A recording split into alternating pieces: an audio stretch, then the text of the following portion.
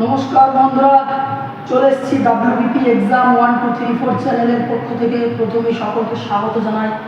আজকে তোমাদের সামনে একটি নতুন কাট অফের ভিডিও নিয়ে এসেছি। ঠিক আছে, সকল ছাত্রছাত্রীকে এবং আমার যে সমস্ত সাবস্ক্রাইবার যারা আছো তাদেরকে আমি সকলকেই বলবো যে এই যে ভিডিওটা সকলে মনোযোগ সহকারে দেখবে এবং ভিডিওটি স্কিপ না করে দেখবে। এই ভিডিওটা থেকে তোমরা আজকে মোটামুটি বুঝতে পারবে যে কীরকমভাবে তোমাদেরকে প্রিপারেশান নিতে হবে। তোমরা দেখেছো যে 26শে জুলাই যে মহা আন্দোলন, সেই আন্দোলনটা কিসের জন্য করা হয়েছিল? যে পশ্চিমবাংলার মধ্যে যে পুলিশি পরীক্ষা, তার মধ্যে দুর্নীতি শুরু হয়েছে। ঠিক আছে, সেই দুর্নীতি মুক্তের জন্য আমাদের আন্দোলনটি হয়েছিল। ঠিক আছে, তো সেই আন্দোলনের যদি আমরা ফায়দা উঠতে পারি, ঠিক আছে, আন্দোলনের ফলে যদি কোনো রকম দুর্নীতি না হয়, তাহলে যে ডাব্লিউবিপি মেন এক্সামের কাট অফ কীরকম যেতে পারে তার একটা এক্সপেক্টেড কাট অফ আমরা আজকে আলোচনা করব। ঠিক আছে, প্রথমেই চলে আসি যে তোমরা সকলেই জানো যে সিলেবাস আমাদের কী কী থাকে। জিকে প্লাস এর সঙ্গে কারেন্ট অ্যাফেয়ার্স থাকে, জিকে, জিআই, ম্যাথ এবং ইংলিশ। ঠিক আছে, তো আমাদের জিকে থাকে টোটাল 25, জিআই থাকবে 25 এবং ম্যাথ থাকবে 25, আর ইংলিশটা থাকবে তোমাদের 10 নম্বর।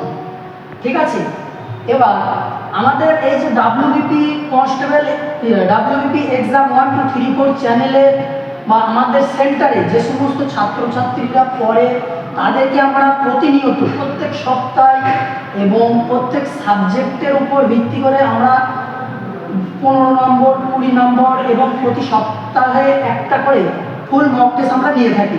সেখানে আমরা দেখতে পাই যে ছাত্রছাত্রীরা মোটামুটি লেভেলেই আছে।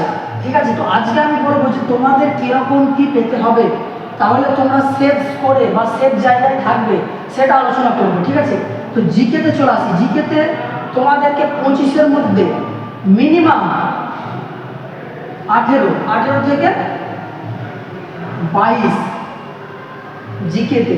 ঠিক আছে, এইটা যারা পাবে, ঠিক আছে, তারা মোটামুটি সেফ স্কোর।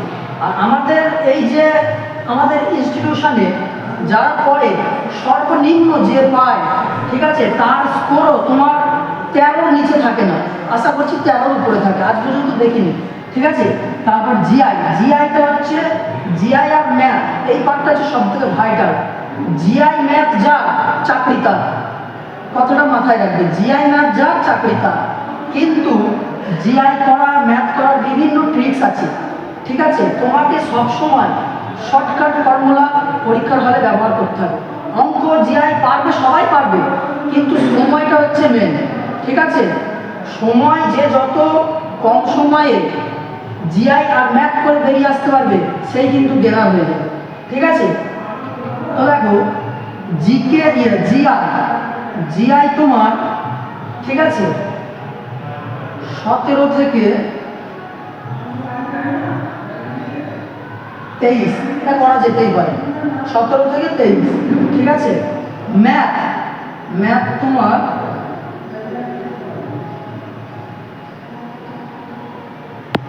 20 থেকে 22 ম্যাথ। আর ইংরেজিটা তোমার হচ্ছে 5 থেকে 7। ইংরেজি সাবজেক্টটা প্রত্যেকটা ছাত্র এবং ছাত্রীর কাছে সব থেকে কঠিন সাবজেক্ট। ঠিক আছে, সব ছাত্রছাত্রীরাই ফোন করে বা আমাদের যারা মানে রেগুলার বেস ক্লাসে আসে তারা বলে দাদা ইংরেজিতে 5ও তুলতে পারছি না। ঠিক আছে, সেই জন্য বলছি ইংরেজিটা মানে এটা হচ্ছে সব থেকে কঠিন সাবজেক্ট। ঠিক আছে, তো দেখো তোমার আমরা টোটালটা একবার যোগ করে নেবো। 7 আর 2 9, 9 10 আর 2 12, তাহলে 14 4 হাতে থাকে 1 3 আর 5 আর 7 74। ঠিক আছে, 5 25 7 আর 5 22 22 আর 8 30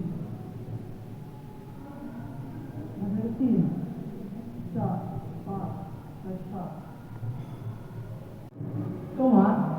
60 থেকে 74 এর মধ্যে যে সমস্ত ক্যান্ডিডেটরা থাকবে তারা হচ্ছে সেভ স্কোর। ঠিক আছে, এবার দেখা যাচ্ছে মানে আমি এটা 74টা একটু কমিয়ে দিলাম। ঠিক আছে, আমি এখানে তোমার 60 থেকে আমি এটা 65, মানে এই নম্বরের ভিতরে যারা থাকবে ইউআর মানে যারা 60 থেকে 65-র ভিতরে থাকবে তারা কিন্তু সেভ করে থাকবে। ঠিক আছে, তারপরে দেখো ইডব্লিউএস এর কাট অফ কিরকম কি যেতে পারে। ঠিক আছে, এটা যদি তোমরা দেখেছো যে দিন দিন কম্পিটিশন কিন্তু বাড়ছে। ছাত্রছাত্রীরা আগে কি করতো, আগে কেউ ভালোভাবে পড়তো না। ঠিক আছে, কিন্তু এখন সবাই পড়াশোনা করছে, অনলাইনেও পড়ছে অফলাইনেও পড়ছে, পড়াশোনাটা এখন মানে সকল ছাত্রছাত্রীর মধ্যে ছড়িয়ে পড়েছে।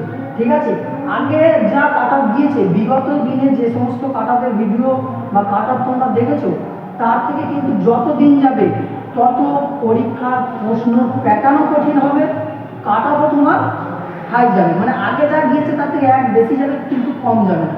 ঠিক আছে, ইডব্লিউএস এর কাট অফ কিরকম যেতে পারে, ইডব্লিউএস এর কাট অফ তোমার যেতে পারে 40 থেকে 45। ঠিক আছে, তারপরে আসি আমরা ওবিসি এর কাট অফ। ঠিক আছে, আমরা আগে দেখেছি যে যখন মানে অফিসিয়াল কাট অফের লিস্ট যখন আমরা দেখতাম যে আগে সর্বনিম্ন থাকতো এসটি, তারপরে থাকতো ওবিসি এ, কিন্তু এখন আমরা দেখছি যে ওবিসি এ ছেলেমেয়েরা কিন্তু পিছিয়ে নেই, তারা কিন্তু এখন দেখছি যে মানে এসটি মানে সর্বনিম্ন দিক থেকে এসটি পরে ছিল, এখন আবার এসসির থেকেও উপরে মানে ওবিসি বি এর নিচে চলে গিয়েছে ওরা। ঠিক আছে, তো ওবিসিদের কাট অফ কিরকম যেতে পারে, ওবিসিদের কাট অফ তোমার যেতে পারে 57 থেকে 60, এইটা তোমাদের যেতে পারে, তোমরা ধরে রাখতে পারো তোমাদের টার্গেট 57 থেকে 60। ঠিক আছে, টার্গেট যেন মিস যায় না, এর থেকে বেশি করলে তো আরো ভালো, কিন্তু যেন এর মধ্যে তোমার স্কোর থাকে, তাহলে কিন্তু তুমি সাকসেস পাবে, নইলে কিন্তু এই চাকরির প্রতিযোগিতায় টিকে থাকা বড়ই মুশকিল। ঠিক আছে, ওবিসি বি কিরকম যেতে পারে, তোমার ওবিসি বি যেতে পারে, সরি এটা 69 লিখে বলেছি, এটা হবে 59 থেকে 63। ওবিসি বি 59 থেকে 63। তারপরে আমরা আসি এসসির কাট অফ কিরকম যেতে পারে। ঠিক আছে, তোমাদের এসসির কাট অফ যেতে পারে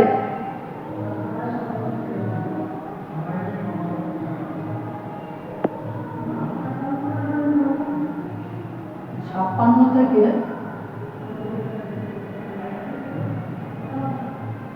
59, 56 থেকে 59 এটা যেতে পারে এসসির কাট অফ। আর সর্বশেষ আমরা আসি যে এসটির কাট অফ তোমরা দেখেছো যে সবার থেকে কম হয় এসটি। ঠিক আছে, এসটি কাট অফ ঠিক আছে তোমার 50 থেকে 55 এর মধ্যে যারা থাকবে। ঠিক আছে, তো বন্ধুরা দেখতেই পাচ্ছ এটা হচ্ছে 85 নম্বরের 85 মার্কের এক্সপেক্টেড কাট অফ। ঠিক আছে, এই কাট অফের মধ্যে যারা থাকবে ঠিক আছে তারা পুরোপুরিভাবে সিলেকশন পাবে। ঠিক আছে, এর মধ্যে তোমাদেরকে টার্গেট রাখতে হবে। এবার তোমরা দেখেছো যে দিন দিন যেভাবে দুর্নীতি হচ্ছে, যদি দুর্নীতি হয় সেই ক্ষেত্রে কিন্তু কাট অফ আরও বেড়ে যেতে পারে, সেই ক্ষেত্রে কাট অফ কিন্তু মানে যা দেখছো সেই কাট অফ পরিবর্তন হয়ে যাবে, মানে এখন যা দেখছো সেখানে কিন্তু কাট অফ চলে যাবে তোমার 75-80 কাট অফ চলে যাবে। 75-80 করেও তুমি মানে এই যে প্রতিযোগিতা সেই প্রতিযোগিতায় টিকে থাকতে পারবে কি না তারও সন্দেহ রয়েছে। ঠিক আছে, আর একটা কথা বন্ধু, আমাদের এই যে সেন্টার আমাদের ডাব্লিউবিপি এক্সাম 1 2 3 4 আমাদের ডাব্লিউবিপি এক্সাম বলে একটা সেন্টার আছে।